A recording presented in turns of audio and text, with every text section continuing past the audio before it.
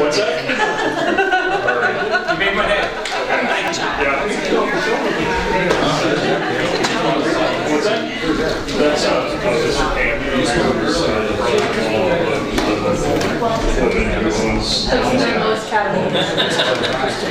because they're switching. So usually comes as their standard. I've got my real gavel. Is everybody ready?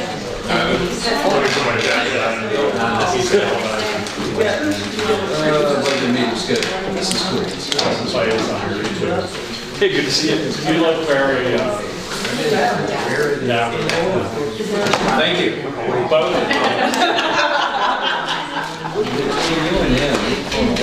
Well, I was hoping to get the same thing back.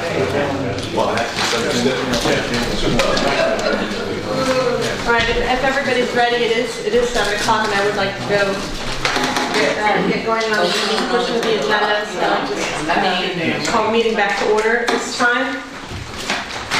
First item on the agenda for this evening is public hearing, special exception. Before we get to that, we just need to... Oh, we did the certification for closed meeting. Do each of you certify that to the best of your knowledge, only public business matters are also exempted from the open meeting requirements of the Virginia Freedom of Information Act, and only such public business matters as were identified in the motion by which the closed meeting was convened were heard, discussed, or considered by the board of supervisors in the closed meeting. If you could just... Okay, so roll call vote, Ms. Donahue? Aye. Mr. Woodson? Hi. Mr. Parrish? Aye. And I also. My apologies, that does take us to the first item on the agenda this evening, public hearing for special exception 19-10-01, Alien of Rappahannock condominium conversion. Yeah, Ms. Summers will give a brief introduction. Thank you. Alex Sharp, agent for Alien of Rappahannock LLC, owner, desires to change the ownership type of the property from single ownership to condominium ownership for property identified by tax map number 13-31, 113 Alien Road, Flint Hill. Since 2004, the Virginia Chutney Turner Foods LLC opened a business in the building, a wholesale trading establishment, which is not permitted is not a permitted use by right within the commercial general zoning district, and given the earlier approval, is considered an existing non-conforming use. In addition, the applicants have included in their application a request to expand the non-conforming use from 9,600 square feet to 13,600 square feet. The Planning Commission voted 7-0 to recommend approval of the conversion to condominium, as the existing nonconformity is not likely to be adversely affected by the condominium conversion, but not with an expansion of the nonconforming use at this time. The board was originally scheduled this for public hearing at their December 2nd, 2019 meeting. Questions were raised at that meeting whether the use in fact was non-conforming or if it was illegal in the eyes of the state and local codes. Staff requested authorization from the board to proceed with the public hearing, recognizing that the existing use is non-conforming and is protected by the Code of Virginia section 15.2 2311C. Again, staff requested authorization to renotice the public hearing to take place at this meeting, in which the board moved to do so. I'd be happy to answer any questions, and the applicant is present if you'd like to ask them any questions as well. Does anybody have any questions? I'm just wondering if there's been any neighbors complaining or any issues whatsoever. No.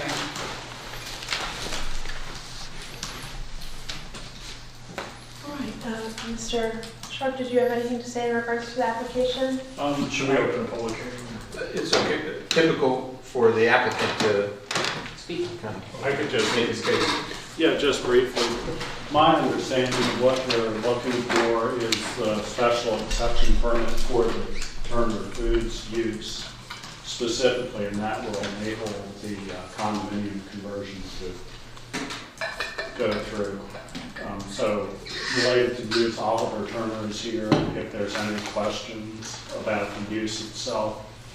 I did want to clarify, I don't know if you have the actual application, but they do package food. I don't know if I actually put that in the application. That is something that they package food for sale, both retail sale. So if that wasn't covered, I hope that would be.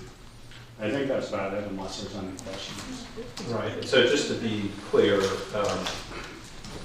Mr. Goff, Supervisors County Attorney, wrote an opinion suggesting that the use is a non-conforming use pursuant to Code of Virginia 15.2-2311C, and that the owners, like all of you, rely on previous local government approval to invest in the facility, and no changes were made within the 60 days after that, challenges were after 60 days of that termination. So Mr. Goff believes that it's a non-conforming use, which basically means it's not necessarily important whether you can or don't package. The fact of what you do and what you, I guess, started doing way back when wasn't permitted by code. However, you're doing it, and you're doing it in full reliance on county staff. So based on that, the code does require this board to review situations when the ownership changes if there are nonconformities. And in addition, in your application, you requested the opportunity to expand your nonconforming use. So it's a twofold question that the board will consider.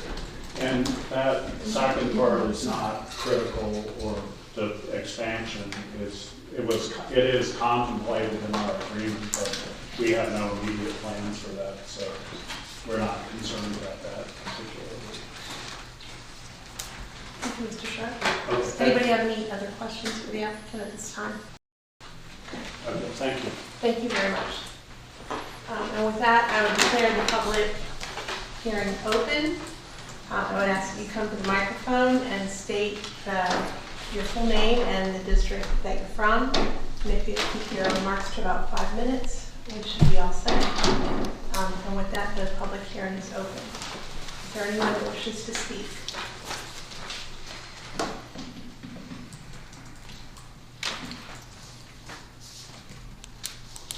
All right. There's no one wishing to speak. That will take us to see if there's any motions or further discussion. Madam Chair, Yes, the alien plant is located within the Hampton voting district, which I have the honor of representing. I was one of the board members at the January meeting that requested a legal opinion from our county attorney regarding the provision of state code just referenced in Mr. Curry's summary. And I am satisfied that based on the totality of circumstances surrounding the operation of the Turner facility, that this is a non-conforming use, and that the applicant relied upon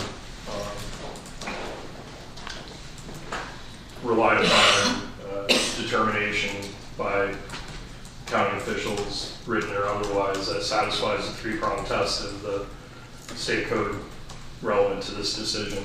So at this time, I would like to make a motion, having been satisfied by that legal opinion, that we approve the ownership conversion to a condominium form pursuant to section 17047M of our code, with a finding that nonconformities present are not likely to be adversely affected by the proposed conversion. And furthermore, approved special exception permit application 19-10-01 requesting an expansion of a non-conforming use with or without reasonable conditions permitted by Rappahannock County Code 170-53, recognizing the application meets the general standards required by section 170-52. I'll second that. All right. So we have a motion and a second. Is there any further discussion?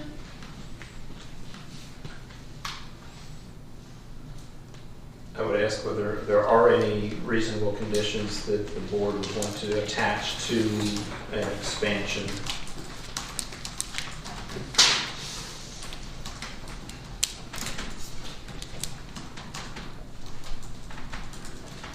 And you don't have. No. You're, it is general commercial, and it's a fairly intensive use by right. would expect in many instances, those uses would be more intensive than what is Turner Foods is right now from the aspect of cars coming and going and things like that. And they don't have a significant environmental impact in any way in noise or odor or anything like that. So I really can't think of any conditions you might place. I guess my only question there would be administratively, if Turner Foods pursues expansion of their existing facility separate from a building permit, what other opportunities would county staff and/or the planning commission have? They would have to apply for a zoning permit to show that their use meets the totality of the zoning ordinance. And this permit, and if there were conditions in this permit, then they would have to meet those. Right. Right now, it's simply, the application is seeking specific square footage increase. And so that would be wrapped into what the approval is, from 9,600 square feet to 13,600 square feet. Outside of that, there would be no limitations on their use. But it would have to be consistent with the current non-conforming use. What you're already doing. Not some different use that they would have to come through and get a permit if they wanted to have some other sort of manufacturing or something. I would add one thing to that if it helps. There would be no separate entrance or new routing of anybody or anything. It's just sort of in the back. Yeah, I'm not sure that would be important. I'm wondering, truck traffic, I would assume you're gonna have larger trucks because of your success.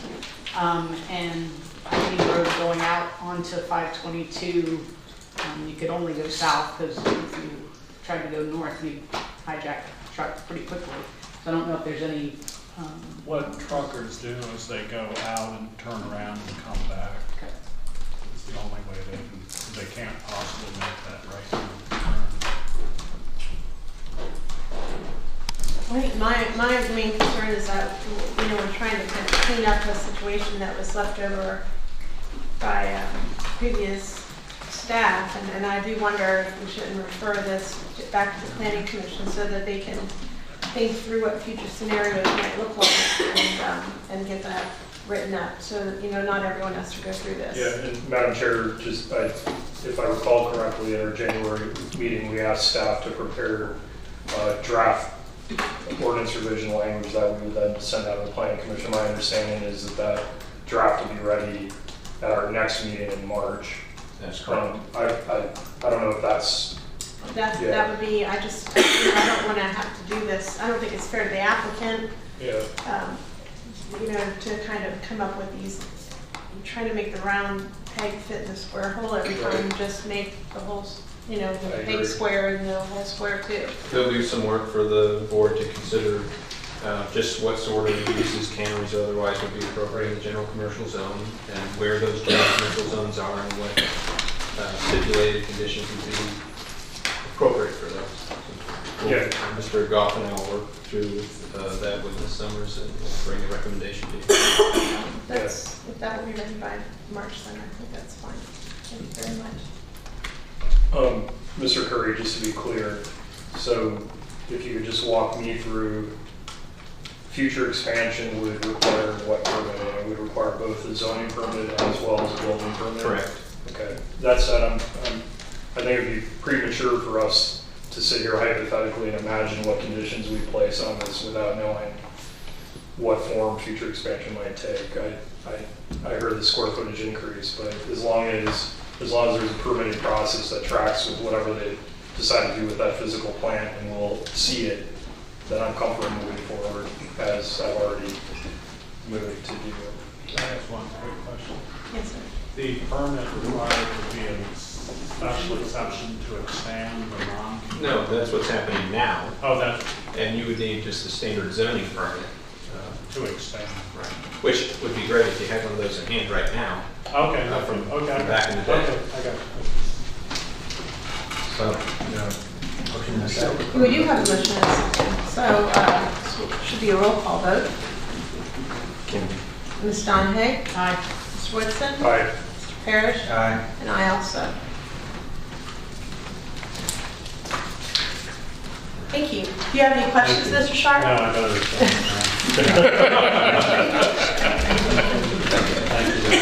Thank you very much.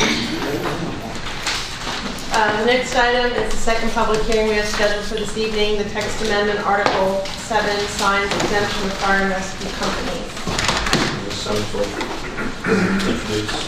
Michelle. Thank you.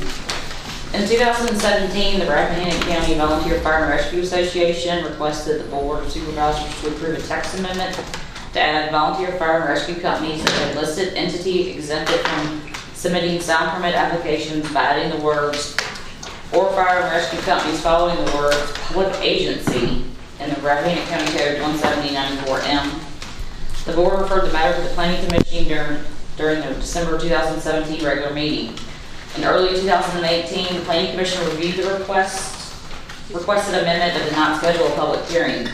At their November 20th, 2019 meeting, the Planning Commission voted 6-0 to hold a public hearing on a requested amendment at their December 18th meeting. Subsequent to the November 2019 Planning Commission meeting, the county administrator, myself, and the county attorney met to review and discuss the proposed ordinance amendment. During that meeting, staff concluded that the amendment requested by the association may exempt the fire and rescue companies from requiring a sign permit, but would not exempt them from the remainder of the article requirements to specifically include 170-101 prohibited signs and 170-107.1 lighting of signs. Without an exemption from these reference ordinance requirements, a sign installed by Annisville Volunteer Fire and Rescue will still not be permitted even with the requested ordinance amendment. Further, the zoning ordinance as currently written provides a pathway for a special use permit or special exception application for use of an alternative form of sign illumination. And restricting the frequency of sign message changes to less than 1 per 60 minutes would eliminate concerns regarding the existing prohibition of animated signs. For these reasons, staff does not support the requested zoning ordinance amendment. Upon being informed of staff's concerns, the board directed staff during the December regular meeting to work on a broader zoning ordinance amendment designed to permit by right electronic message boards installed on property owned by the county, school board, and volunteer fire and rescue companies. Thank you, Ms. Is there an applicant present that we should hear from?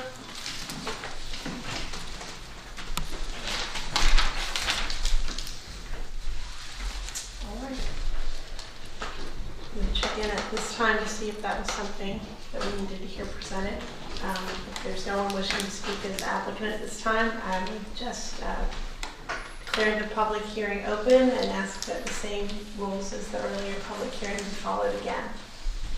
Public hearing is open. Who wishes to speak?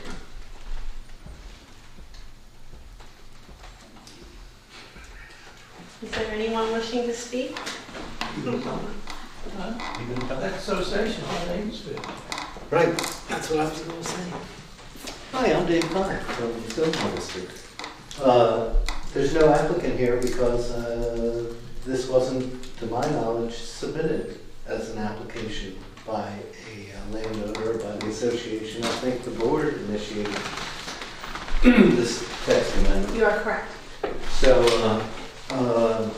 I do represent Amesville Volunteer Fire Department, as the board knows, and we support the change. The change wasn't really exactly Amesville's idea, as you stated, Madam Chairman. The change was proposed by the Fire Rescue Association in collaboration with the former zoning administrator and Mr. Goff. That's where this language came from, and that was their solution to a problem that's been going on for a very long time.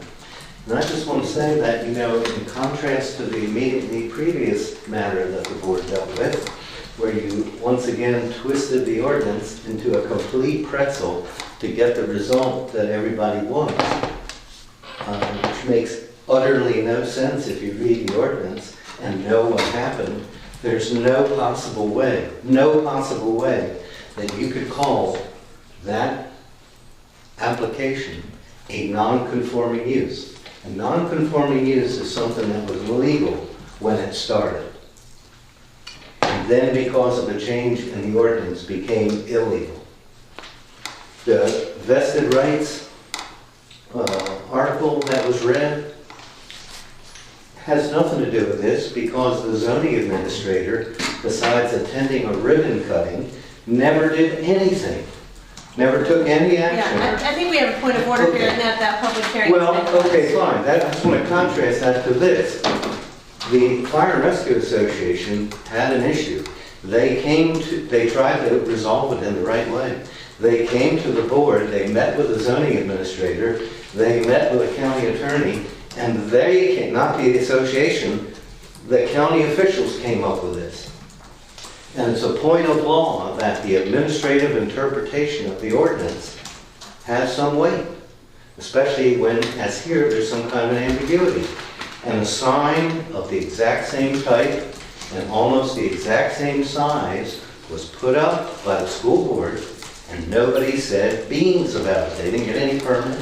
They didn't have to comply, as was sort of hinted at just now in the report. And I want to make it very clear that don't let any of this splash on Michelle, and don't let any of it splash on Mr. Carey, because they had nothing to do with this. And they had nothing to do with that.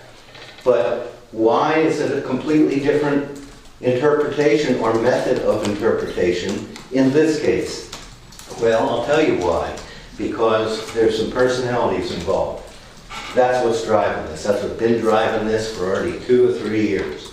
And so this may or may not go the whole way to cure whatever it is that the board seems to have a problem with in the ordinance, but it would be a sign of good faith that the county, which suggested this proposal itself, albeit prior to Mr. Craig and prior to Ms. Summers, that county is the one who came forward with this. So I think if you will do that, it will go a very long way to smoothen a lot of hurt feelings, and I think it's all going to come out okay. So that's the main reason, aside from all the technicalities, of why this ought to be approved. Thank you. Thank you, Mr. Conlon. Anyone else wishing to speak?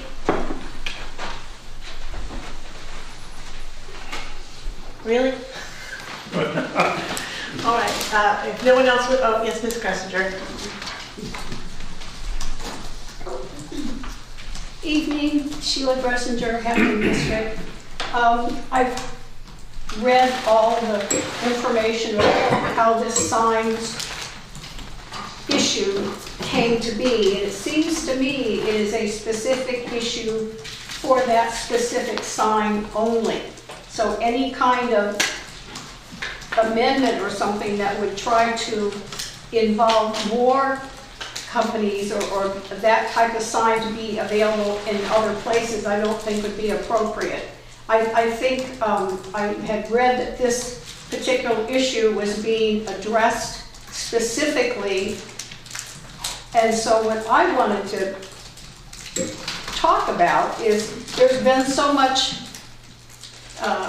language about protecting our view sheds and about the gateway to our county. And so my point is, as I understand this amendment would be to open the door to other places being able to put up a sign like the one that's in Amosville, would be inappropriate if you're coming from Shenandoah National Park.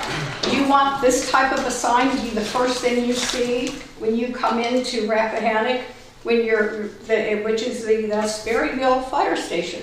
And if you're going into Little Washington, is this the first kind of sign you want to see when you're coming in on that particular road? I don't think so. This is fine for where it is. It's already there. I think it needs to be addressed and taken care of specifically for that. Nobody in the world wanted anything to be disparaging any of our volunteer firefighters or anything like that. That was a very unfortunate thing that happened when they were saying how much they worked for our county, and we know how important they are. So this issue needs to be just specifically contained where it is right now. Thank you. Thank you, Ms. Gressinger. Anyone else wishing to speak? And with that, I would declare the public hearing closed.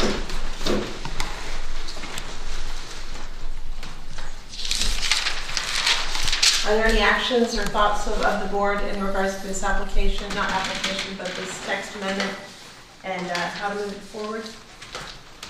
Madam Chair, at the January meeting, we had I would say, a much more advanced zoning amendment change on our agenda, and I voted the majority to not send that to the Planning Commission, primarily because upon hearing from constituents, I determined that there was not widespread support for the idea of an outright exemption for fire and rescue companies, schools, and other public bodies under that language. And I understood from communication with our county attorney that that draft language was intended as a potential fix to put to rest any ongoing frustration on the part of Amosville Fire and Rescue, and I thought there might be a better way to address Amosville's specific concern. As part of my vote, in the majority to not send that to the Planning Commission, I stated very specifically that, at least from where I sit, not my voting district that I represent, I support fully Amosville Fire and Rescue. The sign is up. We're not going to take it down. Nobody has that intention. And I ask simply that Amosville Fire and Rescue go ahead and submit a special exception permit request, and that, at least from where I sat, it would be approved. And that so far has not happened. As a result, we have an administrative orphan out there in the form of a notice of violation that has left bad feelings on the part of Amosville Fire and Rescue. So the first thing I'd like to say is, again, reiterate, as I said in January, I would encourage Amosville Fire and Rescue to just seek a special exception for this sign, and it will result, I believe, in the retraction of that notice of violation, and I think we can put this matter behind us. Separate and apart from that, this amendment, the zoning amendment language on the agenda tonight, while less developed than that which we did not send to the Planning Commission in January, I think might be a good catalyst for notifying the Planning Commission of our interest in their focus on an overall revamp and revision of the sign ordinance, and our hope that they would focus during that exercise on the importance of taking into account the interests of fire and rescue companies, public bodies, and the schools from a sign perspective. So I just want to put that out there. I think we could take some action regarding this agenda item, but ask again that Amosville Fire and Rescue consider doing their part as well to seek a special exception permit. Anyone else? If I'm reading this correctly, this one is just with regards to whether you have to get a permit. Doesn't have anything to do with the rules of signs, it's just permit or not permit. Right. It would insert the essentially 4 words into 170-94M that reads, any informational or directional sign or historical marker erected by a public agency, 5 words, insert, or fire and rescue companies, which may include signs giving directions and distances to commercial districts for the following types of commercial facilities for the convenience of the traveling public: restaurants, motels, and establishments for the servicing of motor vehicles, provided that no such sign shall give directions or distance to any specific business establishment. So they're asking to add or fire and rescue companies, they being the association in December 2017. I just think the idea of sending the whole sign issue back to the Planning Commission needs to happen anyway. And the special exception, I really feel, I concur with Keir, seems to me for you guys that's exactly the way to go.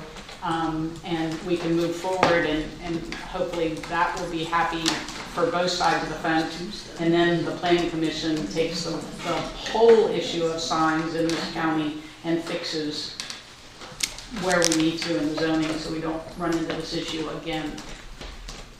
Yeah, and one thing to clarify is, described it, this is less developed language, and I don't think it solves the problem, but it is on our agenda. It's something that we need to resolve one way or the other. So my thought was that we could use this as a catalyst for calling for action from the Planning Commission to, again, revisit the sign ordinance in general, and then the question of fire rescue and other public bodies specifically.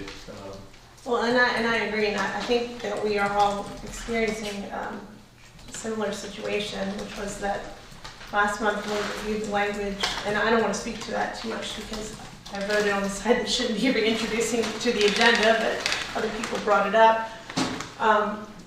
So we didn't want that. And we've got a recommendation in front of us this evening that my general feedback from my fellow board members, I believe, is that this is too broad. And I believe that was the feeling of the Planning Commission as well, and that their advice is that this language was too broad. So we have two instances of what we don't want.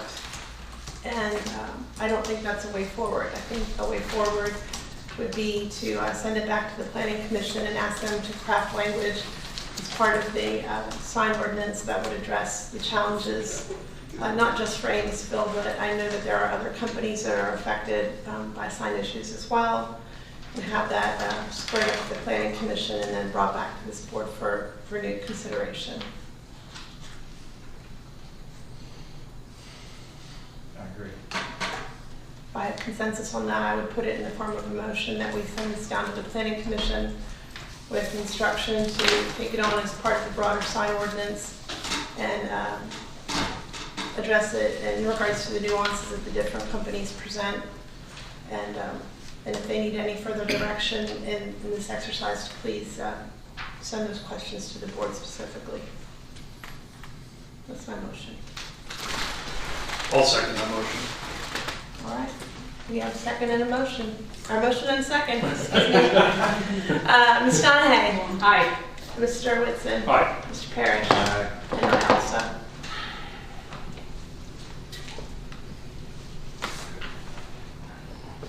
Thank you. That brings us to our third public hearing of the evening, the fiscal year 2020 amended budget.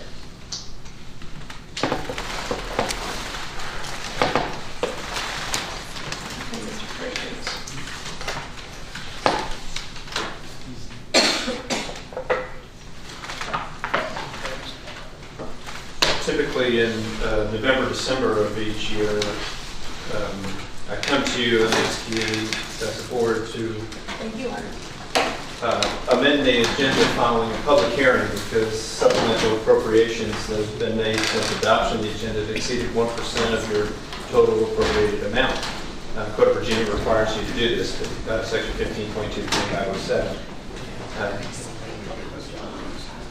In the last couple of years, this was required due to a number of things, but mostly due to items that were budgeted in the preceding year, in this case FY 2019, but not expended.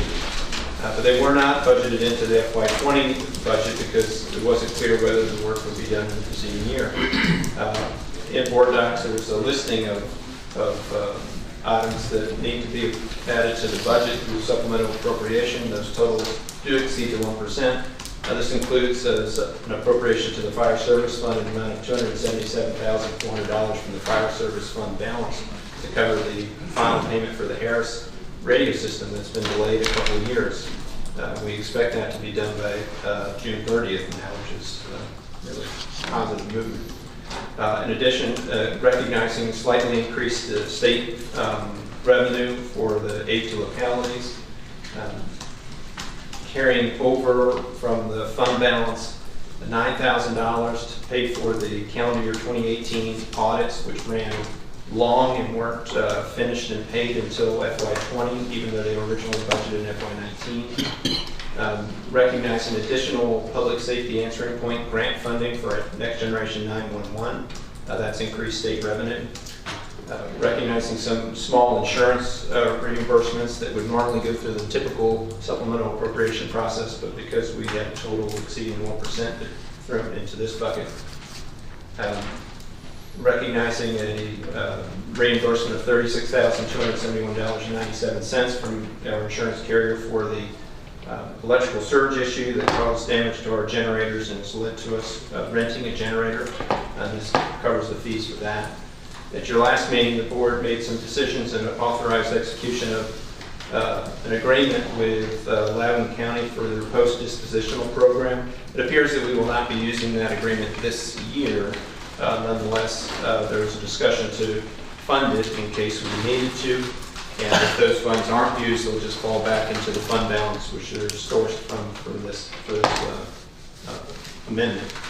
Lastly, is this school supplemental appropriation, which reconciles a better understanding of state, federal, and local revenue that the schools will experience, as well as grant money from the PATH Foundation for their Commit to Be Fit program that was received in FY19, not fully used, and therefore it was returned to the county at the end of the year. The schools do not carry any balance over from fiscal year to fiscal year. They have an obligation to complete their grant program, and we're basically passing the grant dollars back to the schools for FY20 so they could use them. And then a small adjustment to the cafeteria fund. They swapped the grants that they received, and there was a $5,000 difference. Long story, just a little bit longer. All of that is in the form of an amended budget, which is attached to board docs, has been available in my office, and was advertised in the newspaper 7 days in advance as required by the code.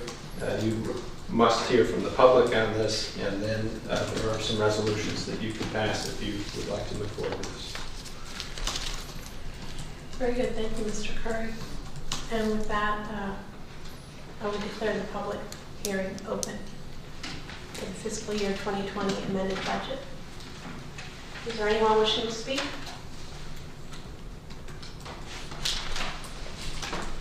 I believe it's a similar number of people that spoke the last 2 years. Something else. All right. There's no question. Yes, sir. Okay. Thank you, Al. Anyone? No questions. So I guess since it's amended budget, it's okay. I'm not quite sure where this falls. With is there going to be a camel around sticking his nose under the tent when everything gets worked out on the landfill sanitation disposal? Is there going to be something coming there, or is that very well established within this budget? The board will be considering some issues related to refuse later in the meeting that may impact the budget positively or negatively, and That's so a big swing. Yeah. The current budget, I believe, includes the necessary funding to do much of what may be needed, and they may need to come back and have a supplemental appropriation for some items. And if those exceeded 1% of the budget, we'd have to hold another public hearing. No, you're fine. We're just trying to do the public hearing. So Public hearing is still open. Thank you, Mr. Henry. Thank you. Is there anyone else wishing to speak?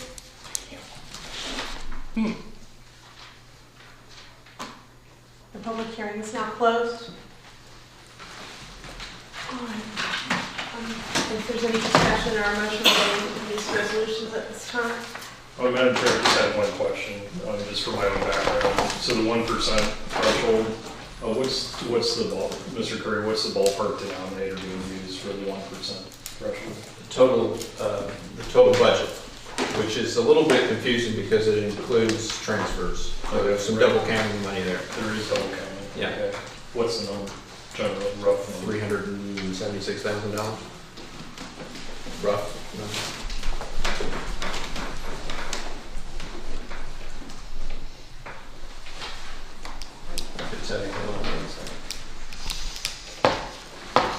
What I was asking is what's the denominator? What are we? 37 million. Okay, that's the number I was looking for. All right. Yeah, so that does include transfers. Yes. Okay. Yeah, I was, my denominator was a lot smaller than this. Right. So, The code speaks to the adopted budget, total adopted budget. okay, yeah, I got you. Okay. The board would like to approve this, there are two resolutions in the packet. One approving the amended budget, and the second appropriating those funds. It's the same pair of resolutions that the board passes when you adopt the original budget. And you can see within that, with those resolutions, I've indicated where there are changes and where there aren't. Mr. Curry. And you should pass the budget amendment first, as the appropriation references it, if you're so inclined to do that. Yep.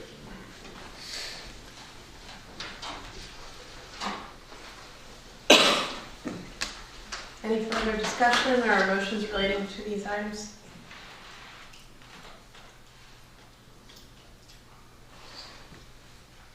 Just to move this item forward, I would go ahead and move that we adopt the amended budget adoption resolution as presented in the packet. Thank you, Chris. All in favor, please say aye. Aye. Roll call. Oh, I'm so sorry. Ms. Donahue? Aye. Mr. Whitson? Aye. Mr. Parrish? Aye. And I also. And also I would so move that we would adopt a budget appropriation resolution as presented in the packet. Do I have a second? I'll second that. Thank you, Chris. Ms. Donahue? Aye. Mr. Whitson? Aye. Mr. Parrish? Aye. And I also. Thank you very much. And that takes us to the public comment period. If there's anyone that wishes to speak, please come up to the microphone, state your name and the district that you're from. And we breeze through those public hearings, so maybe keep it to 5 minutes. Thank you so much. That public comment period is open.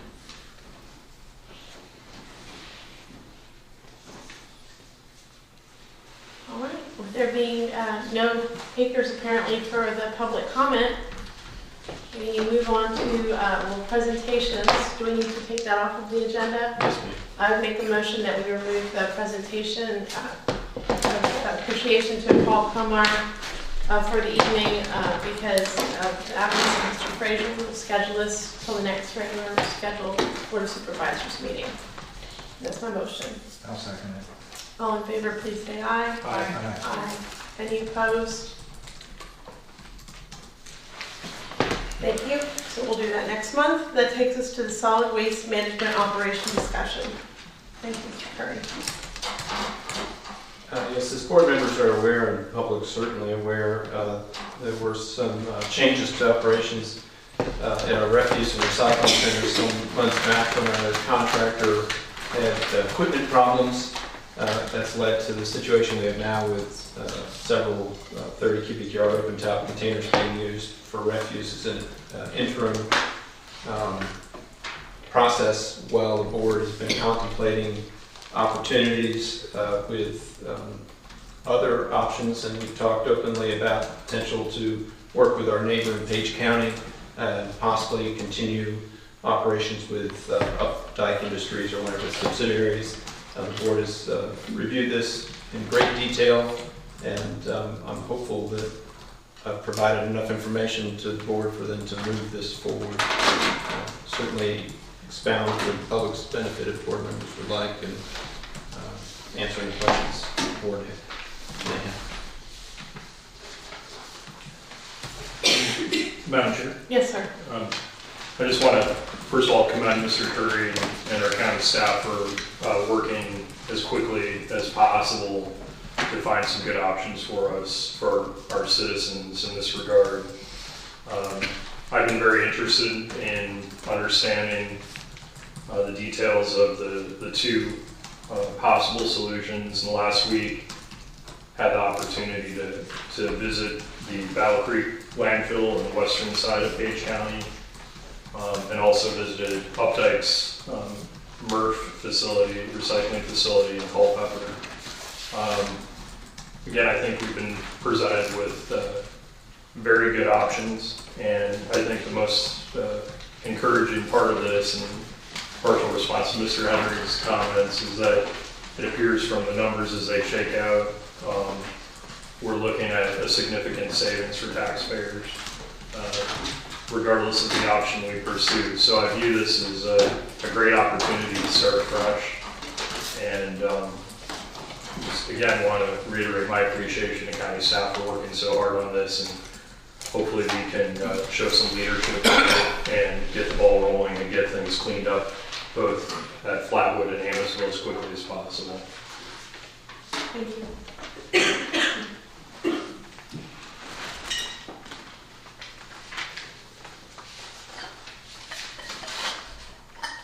I do just want to echo your comments regarding staff. I think both staff in the offices and staff on site, I know particularly during the Thanksgiving and Christmas holidays, I was very concerned with operating in the roll-off scenario.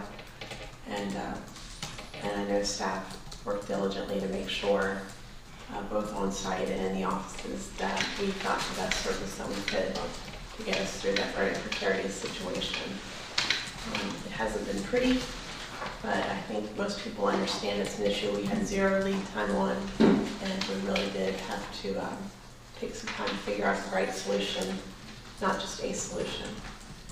So I feel like that end of the road is in sight, and we should be able to make not just changes, but improvements at both sites, and offer a safer, cleaner, more efficient scenario for both places as a result of the efforts of staff. That's about all I have to say. Madam Chair, I just wanted to add a couple more details. With regard to the Battle Creek landfill and the Page County solution, I do believe that's our best choice of the two presented. And I want to just, for the public's benefit, note a couple of things about the Page County solution that will benefit all of us. Number one, recyclables are important to citizens, and under the Page County arrangement, my understanding is that we will be receiving a revenue credit against our expenses for any recyclables that Page County sells that they collect from us. So while not a lot of money, I think that's an important principle, that we'll actually be receiving a revenue offset against our expenses if we enter an agreement with Page for those recyclables that they'll haul away. Number two, my understanding from Mr. Blevins at Battle Creek in Page County is that they will dedicate to us, and Mr. Curry, correct me if I'm wrong, but they will dedicate to us a new truck that will handle the lion's share of the hauling from Rappahannock County over to that landfill. That's an important point, because obviously between here and that landfill on the western side of Page County, we have the national park in between.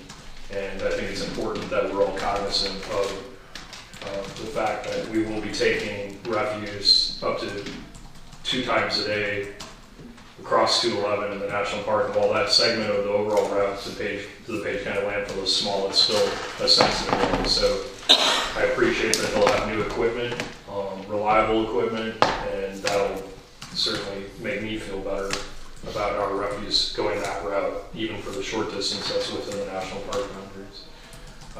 And finally, Mr. Blevins made a commitment to me that if we ultimately enter an agreement with Page County, that Page County will be actively involved in helping us reconfigure the sites, both at Amosville and Flatwood, make them efficient for our residents and guide us in how geometrically to arrange those sites, and would even lend heavy equipment to help us get the work done. So all that said, I'll let the rest of the board members make comments if they have any. Mr. Curry, you might want to speak to the use of hang tags or something with regards to. So there are a few actions that may be appropriate for the board to take. One, of course, would be to authorize the chair to execute an agreement with Page, if that's the direction you wanted to go, and share an agreement with you, then approved as performed by the county attorney.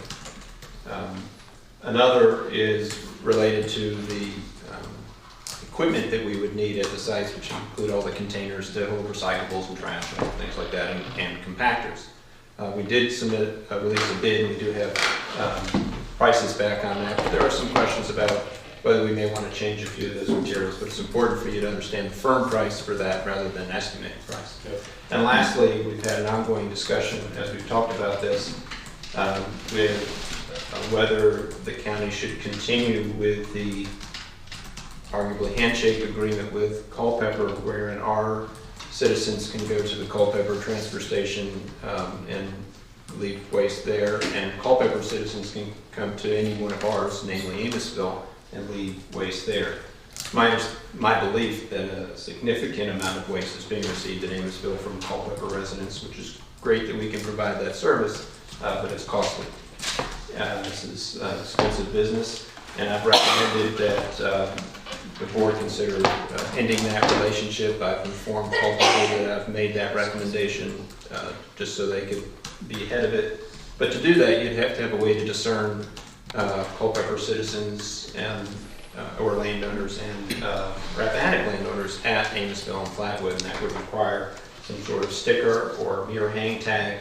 Madison uses a hang tag, and there are processes involved, and I've been working with the treasurer on how to implement such a thing, whether her office could be involved. There's a lot of work left, and of course there is a cost to do that and a cost to track that, but I believe it would overall benefit the community by restricting waste received to that is generated by our citizens and landowners. If not for cost, liability is important. And we also do see further development, like in the Clevenger's Corner area. It's only going to get It's only worse. going to be more, yes. Mr. Curry, I think the third piece of this, the way I see it, we need to go with a vendor. And Ms. Donahue well pointed out, we, I think, would benefit from locking down what we allow or don't allow from Culpeper, especially with Culpeper's Corner, and figuring out a system so that we're really putting our own trash over in Page County, not someone else's. We could potentially allow Culpeper residents to pay us a reasonable sum of money to dispose of waste at our facility. Yeah, and then the third piece of this, which is really important, is, as I said before, we have an opportunity to get this right on the front end. And to that end, the reconfiguration of these two sites is going to be critical. And it occurs to me that we've got some really good minds and really good experience here in the community.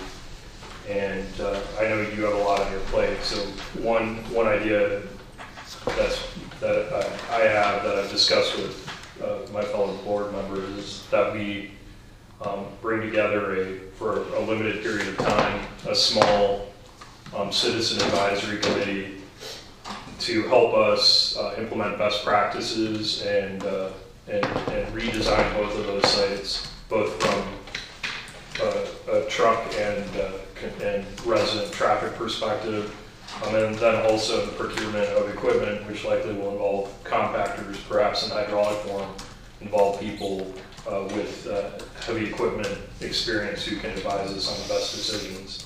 I think this is going to be a critical decision. Again, we have an opportunity to get it right. I would hate to get it wrong anyway. So the more minds we can get together on this, the better within reason. We need to move quickly. But I also hope that we consider bringing some citizens together to help in this process. So that would be on the site reconfigurations of both Flatwood and Amosville.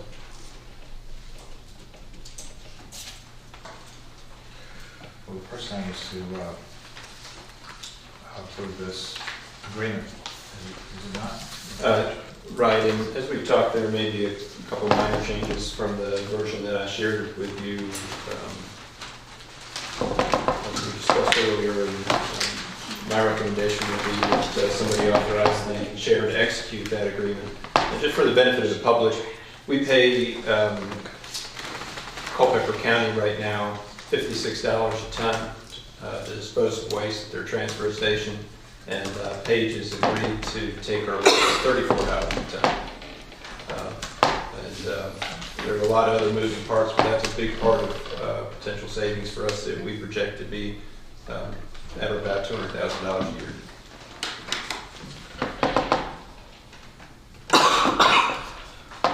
Is there any public comment on this? You missed it. Just a minute. Well, it would be up to the chair. And that would be me. She was really sure. Well, I'm stalling. We did have public comment come and go. It said- I was going to say, but in the time that I'm talking here, you probably It just said could- at the top there, public content, not comments. I think, Mr. Henry, you sat through enough meetings that if you want to say something, you know that I would be okay with you saying Well, it. I think it's good to have some talk here about this refugee situation, because I think some of the initial seeds of what y'all inherited started many years ago. That when we declared a public emergency and solicited only one vendor that became a legacy vendor for decades. So listening to this wonderful presentation, y'all rooted out some problems that I thought were there for a long time, and that we were taking the shaft in Amityville and with the culpepper trash and not giving the trash out of the county. And listen to this wonderful presentation where the cost differential between Page County and what we were doing with Culpeper. And Page County is going to give us a truck, a brand new truck to haul this material. My one question is, why do we need Updike? We would not. We would not. Okay, so there's no Updike. That's correct. That wasn't clear. I'm so sorry. We're not there. Yeah, we're not there. It yet. wasn't, okay, that Yeah. wasn't quite clear in the presentation. I thought Updike maybe was here some way or another. No. The two choices basically presented to us would be Page County or continue with Updike in some form. Right. And for the benefit of those who have not read had a chance to read everything, and it's very high level. Page County's offered to receive our waste, and haul our waste, and process our recyclables. Fantastic. Thank you, Thank Mr. you. Henry. So, you say there's some refinement to this before we Yeah, there's some authorize it? and a misspelling on page one. So we need to have a motion to go with this. Yeah, if I could get a motion for the chair to execute the agreement as presented, correcting the spelling of Culpeper, and modifying paragraph number 4 to put a period after discretion and strike the rest of the sentence. So I'll make that motion that we authorize the chair to implement this landfill use agreement with the correction of spelling Culpeper right. And on paragraph 4, putting a period after the word discretion. And striking the rest of the And sentence. striking the rest of the sentence, which says, should Page County be unable to provide transportation services, we're going to scratch that. That's for the public's benefit. It's a provision that requires Page to haul our waste, but we reserve the right to use other contract haulers at our sole discretion. All right, we have a motion. Do I have a second? I'll second. All in favor, please say aye. Aye. Any opposed? Thank you very much. Do we need a motion on the hang tag? Not yet. I would like direction from the board if you want staff to. Right now, it's been a recommendation from staff that we should fix that. If the board is like-minded, I think just some direction to staff to go figure out how to fix it, and then bring that recommendation back to you in detail. So moved. Yeah, I would recommend that. One problem with the hand tag, or the hang thing from the mirror, you can loan that to anybody, somewhere else. Good. And that's an issue. And, you know, of course, we used to have county stickers and made it real easy. So maybe back to stickers, I don't know. Yeah, just take an open-minded approach on what the best method is. Right, if I could see a couple of scenarios, and the costs associated with them, And this, that would be much appreciated. Mr. Frazier's not here, but I did talk with him by telephone this morning. He's ill. The one thing he mentioned, I think is a good idea, and it's a minor detail, but in this hang tag sticker discussion as he tried to develop a plan. One thing he mentioned, I think is important, there are a fair number of first responders who live over the Culpeper County line. So one thing on behalf of Mr. Frazier that he would like to see, and I think it is important, is that we at least consider how we might be able to offer limited use for certain Culpeper County residents who assist our county from a fire and rescue perspective, just as an extension of good faith. So we can look into that. Yeah, it says to the extent that it's legal and everything. correct. Yeah. I did hear a motion from Ms. Donahue to pursue this, and I think that would be great if this is unanimous, it would be great to have a vote on that, then we know. Could you remind me exactly what the motion is, Mr. Curry? My understanding was for staff to develop a process through which we would limit Culpeper waste from being allowed at Amesville and bring back options to the board. I'll second that. All in favor, please say aye. Aye. Any opposed? And then I guess the third piece of this was this notion of putting together some citizens. I don't know if that needs to come in the form of a motion. I also have names of 3 individuals who would seat that citizen committee with the hope that other board members would appoint qualified people. Well, what's wrong with your getting together with them and getting their input and bringing it back to us? Well, I think the idea is that, I mean, Mr. Curry and I have already met with one of the individuals who I have in mind, so it's a question, and there are a couple of other people who I think would be good, so I'm willing to, I just like to get him help. I've had this discussion with a couple of board members, and I can pull in as many citizens as I want and work on this from time to time. And there's flexibility to that, so I wouldn't have to have a notice meeting, et cetera. However, if you have a formal committee of the board, while you do have to notice those meetings, it's open to the public. And not only those citizens that are specifically named to participate, any citizen could come and they would know that it's happening. So all citizens would know that they have the opportunity for input at that very kind of formative level, and there's value to that. So I'm happy with either route that the board thinks is appropriate. And I assume the timeline is still, you're going to try to get the committee together pretty quickly and have any input within a short period of time, because I think there's a sense of urgency out there. Obviously, we know that if we want to just buy the equipment that we bid out, there's still 10-week or so lead time on some of the tougher, so we have that time to really start cranking through. But if there's some thought that the equipment may need to change, that just tweaks that window. If the board wants to have a committee, it should come through motion second, and it should be fairly clear as to what you want the committee to do, and not necessarily exactly how long you want to be served, but when you want their feedback. Right. It might be simpler for Mr. Curry to have the names of those people, and he can call them in at will and get their advice. I'm reticent to form a separate committee because sometimes it gets cumbersome, and and everybody's they come in fresh and they got to be re-educated on what's happening, and it's may accidentally slow things down. But if you can give Mr. Curry the names of those people that are willing to help, you can call them in at will and extract whatever information you can from them or help. Yeah, I defer to you on that.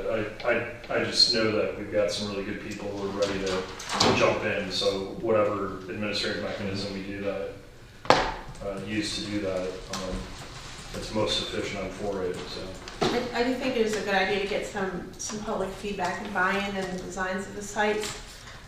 The other side of that coin is that you don't want to make it a more cumbersome process by having a lot more people involved. And we do have a history on this board of having an ongoing discussion about whether forming committees and how does that work. And for something that hopefully will be a short-term project like this, that we do want it to be agile. We don't want to take all the time to form those cumbersome committees and then figure out what to do with them later. So, I mean, if it's agreeable to everyone, I would think that if everyone could come up with a couple of names that they think would be people that would have substantial input into the subject matter, and furnish those names to Mr. Curry. Mr. Curry could call those individuals in as he saw fit to discuss the situation as it evolved. I don't think having lots of committees that the county administrator organizes and that don't comply with FOIA and aren't transparent, I don't think that's a situation that we want to get into as a county. Right. But I think in this situation, it may allow us some leeway that we would not normally enjoy. Yeah, well said. So with that, I'll send you a few recommendations from Piedmont District. I'm sure I can get you a couple as well. And you did say that the people in Page County landfill will come over and help us. Oh, yeah. Yeah. They've been with us all. Yeah, they've been doing it all along, so we'll know what to do. Yeah, so I mean, the goal is just to get it right, and I think it's a small part of it, but an important part of it too. Fast. Yeah. Right. I don't want to come up with work, so. I guess what I'm hearing is there's no motion on that, and I'll hear from members on some names. Yes. Yep. The only other thing hanging out there, and I guess I'll contemplate this with citizens, are the hours of the two facilities and whether they continue to make sense, and those were set by the board in the past. Or maybe an opportunity to have some good citizen input on that, constituent feedback. Yep. That takes us to the Sperryville CWS tower color discussion. As board members are aware, at your last meeting, you committed funding resources to change the color of the tower. I've shared with you digitally a color palette, and you can never trust the reproduction. I brought an actual It's not a pianist. an actual Bureau of Land Management color palette that they use for specifically for camouflaging. BLM is representative that I spoke to, who came recommended by the National Park Service, recommended the color Yuma green, which is actually a deep brown color, for the Sperryville Tower, particularly when viewed at distance, but for most people. I've provided CWS with a copy of that, and they're working with their paint vendor, Sherwin-Williams, to confirm that they can paint match that. If that is agreeable to the board, I will move forward and confirm with CWS that that's the color we would like to go with. CWS has indicated they'd be looking at a March-ish time frame to make sure they have the proper temperatures to paint the tower. Also, pricing on it appears to be in the $18,000 range. Good. Not ideal, but better than we thought. What is the lifespan of the color once it's painted? I have no idea. Probably depends on how picky we want to be about how it looks. This includes 2 coats of the Sherwin-Williams product, which is what CWS said that they would require, and it's their asset. But they would be required to, I mean, it's part of their permit. So, one related question, this afternoon the board approved the application for the Scrabble Tower site. For those who weren't at that meeting, what is the painting process related to the Scrabble Tower that was approved? The approval states that the Board of Supervisors would select a color prior to issuance of a zoning permit and building permit. And that may be a painted color, or it may be galvanized, and that's yet to be determined after some further consideration. Okay. The one advantage of not painting it at all is you don't have to worry about repainting it. Do you know what the colors been in? 2 different colors. If you actually look at it closely, the top is darker than the bottom, and I noted that the top actually blends much better. Shenandoah National Park wanted to see a dark brown, independent of their referral to BLM. So if the board thinks that Yuma green is an appropriate color, I would like to have that form of motion. Never imagined. I'll make a motion that we approve the Yuma green. And on the second. You want this to be a roll call vote here? All in favor, please say aye. Aye. Any opposed? Thank you. Thanks for working on it, Mr. Curry.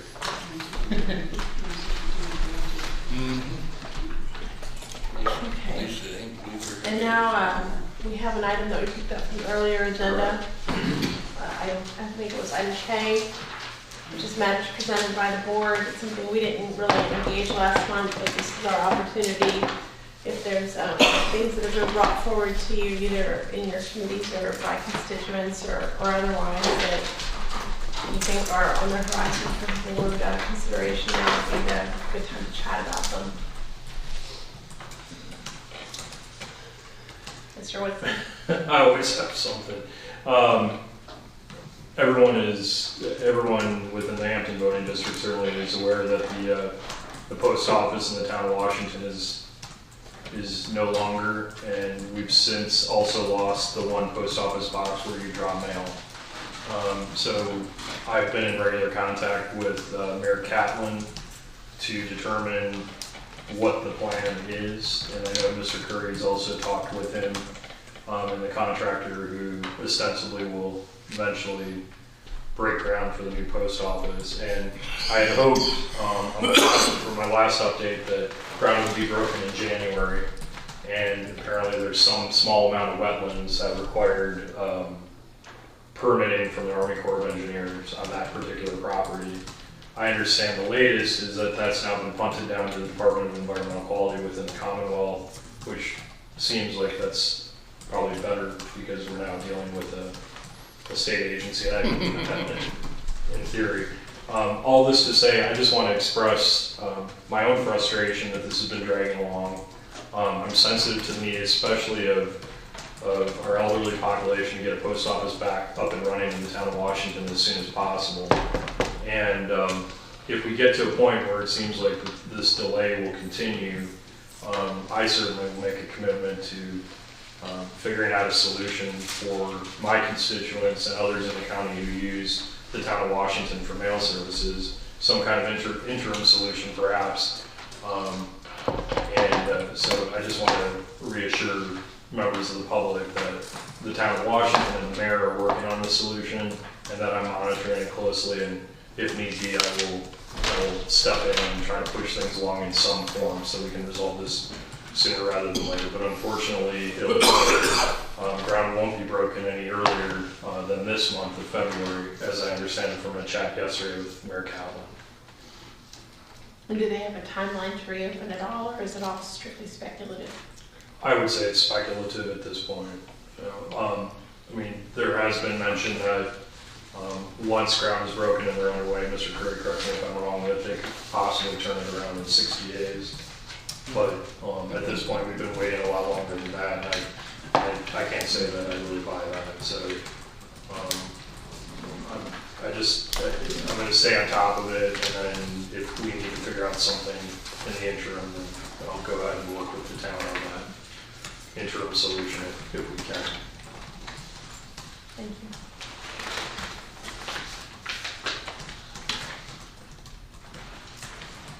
Anyone else?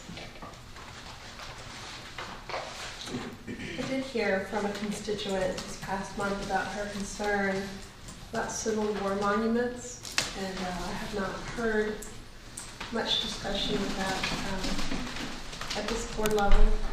But I know the city of Richmond is pushing to get autonomy for its, to have oversight over its own Civil War monuments. I haven't. Of course, there's state code prohibits the removal, and I have not heard that there's any push to change that in the General Assembly this session, but I can do some research. That was a big concern on her part, and you know, given not just what monuments mean to people, because our own monument is really very much for the families, the local families, and it means so much to so many people in that regard. But also Civil War sites in the county in terms of tourism dollars. I know that's a big tourism draw. Yeah, I have to imagine we're it's one of the highest counts of Civil War markers. The Civil War trails markers with 33. That's quite a few for a county to handle. So I just wanted to let everyone know that's on my radar, and I haven't been able to make much headway on it. There are some people organizing about it one way or the other, but I do think it may be something that we may want to communicate. My understanding is it's protected unless the And- code changes. Correct, and just reinforce that we want it to stay protected, because things seem to be changing very quickly these days. Yeah, I would almost hesitate to draw attention to our particular monument because I don't think it's on anybody's radar. And as soon as we ask somebody to introduce a bill to protect her, and then they're going to know it's there. Exactly. You know, and Well, maybe just think of the Civil War sites then, that we do include as part of the trail. And just, as we advocate about so many other things, being a small county, that we maintain autonomy over what we do have and keep those safeguards in place. And I assume any proposed legislative change in this regard would come to your attention as. I would think that there's thousands of bills, but I would think that one would elevate. I can, fortunately, you can search based on basically the code section that's going to change now. If I track down the code section that protects it, then I can start searching on that and see if it's referenced in here. No, we appreciate your effort in tracking this on our behalf. Thank you, Mr. Curry. Anyone else? I'd like to bring up two things. That's all right. And then looking forward. Is it to the board or by the board? Yeah. Your comment made me think of the Blue Ridge Heritage Monument, and there's some maintenance issues that need to happen there. I inspected this as Ricky Jenkins, our maintenance person, and we're working through that. The leading item is the condition of the flag, and so here again is an issue where there's just been enough changes in staff that we're trying to get our arms around with exactly who has access. The flagpole is a locked case integral, and so we're tracking down who has the key. Right. that's the one up by Jenkins. Yeah. So that flag needs to be changed desperately, but there are other issues that need to happen at that site, and we'll be working to bring that back to the board. The other is related to the check that was delivered by Mr. Atkins this evening. And Ms. Nick and I knew that something would happen.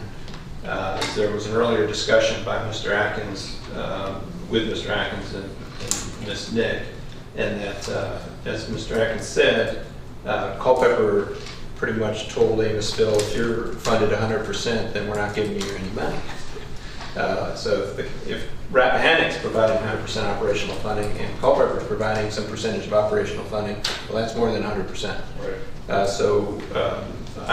The understanding was that Amosville would continue to receive the Culpeper funds because that makes sense. They service Culpeper to a great extent and provide great service for many of those people just over the line. And we weren't sure how Amosville was going to handle it with the county. We thought maybe they would ask us to short them their final payment. But we've heard different, and so now we have a check for $9,525. All that is very easy. You would just simply go into the fire service fund and be available for some other purpose. But here tonight, you had a request from Mr. Atkins to pass that money back to the company for capital. So I don't know how the board wants to handle that. It's not contemplated by the agreement at all.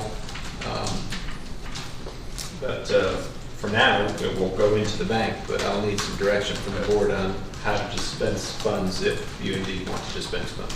Okay.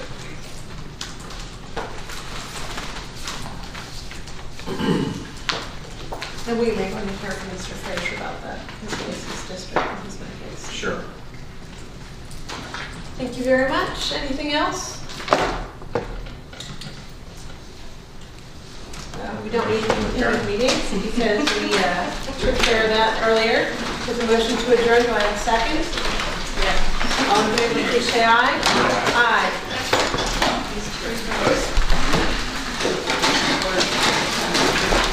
Hey, all, good to see you. And we'll go see you.